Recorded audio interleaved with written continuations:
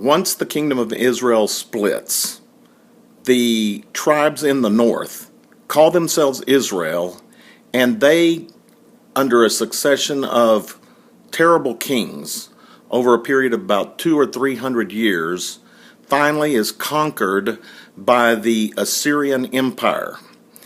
The Assyrians' policy is to dislocate the people of the land and scatter them throughout the empire in order to make them more Assyrian.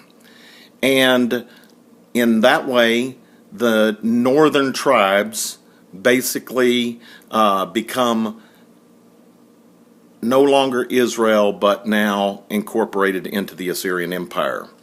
The southern tribes, under the supervision of the kings in the lineage of David, managed to survive the Assyrian onslaught, but in another 200 years they also are conquered by the Babylonian Empire. And the Babylonians share the convictions of the Assyrians. They also scatter the people of the land.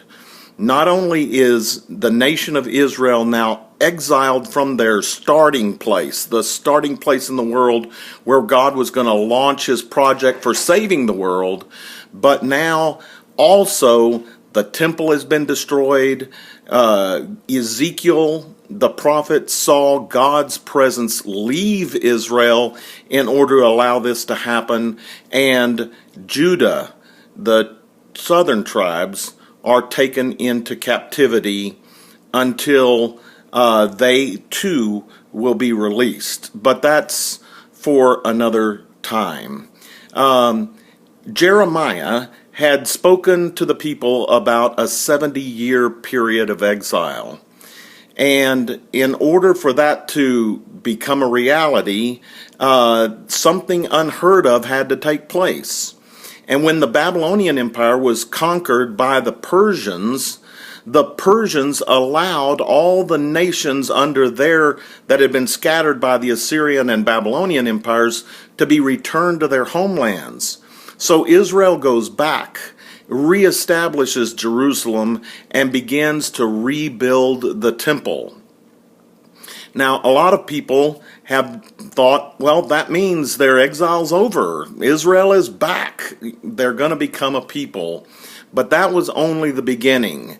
The prophet Daniel had told the people that it was going to be at least 70 weeks of years before they would be returned to accomplish that project that God had set into motion and through a promise to Abraham. So I want you to stop and think, about this period of time. Israel is no longer a people. They're no longer in control because other nations, idolatrous nations, are determining how Israel's going to use their resources and how they're going to live their lives. All of this is talked about in the prayers of Ezra and Nehemiah and Daniel. In all of them, in chapter 9, you can read that even though they had been returned to the land, they realized they had not been restored as a nation or as the kingdom of God.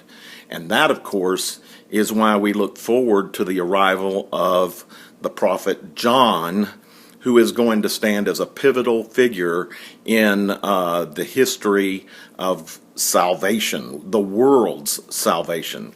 I hope you'll hang in there with me as we go to explore that next stage of the story, which opens actually in the Gospels of Matthew, Mark, Luke, and John, the arrival and the preparation of the people by the prophet John. Please subscribe to my channel. It's called Stifling Jesus, and we'll continue to look at the story the Bible's telling. Thank you.